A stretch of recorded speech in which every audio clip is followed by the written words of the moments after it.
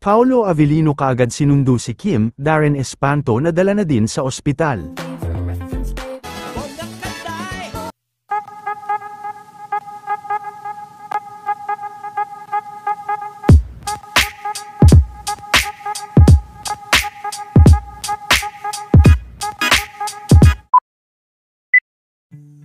Sa naganap na showtime kanina, ay marami nga ang naghahanap kay Kim, dahil hindi pa rin ito nakapasok sa showtime, matapos ang minor accident nito sa kanyang rehearsal kahapon.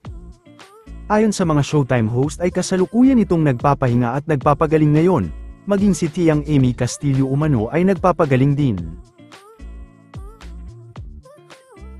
Bagamat ibinahagi ni Kim na okay na ito kahapon, ay sinigurado naman ni Paolo Avellino na kaagad mapuntahan si Kim.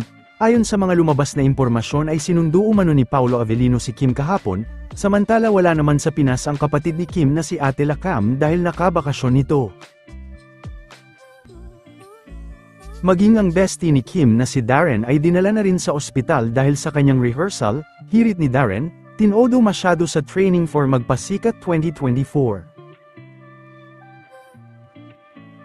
Ito naman ang ilan sa impormasyon sa pagsundo ni Paolo Avellino kay Kim. Stay safe, sabi ng source, she's okay naman na daw.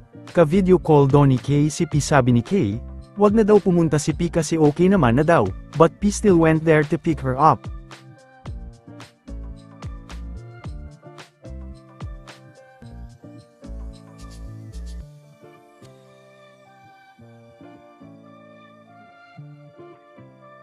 Nagpamerienda naman kanina sa showtime ang isa sa sponsor nila Kim, Sir Ogie at MC and Lassie.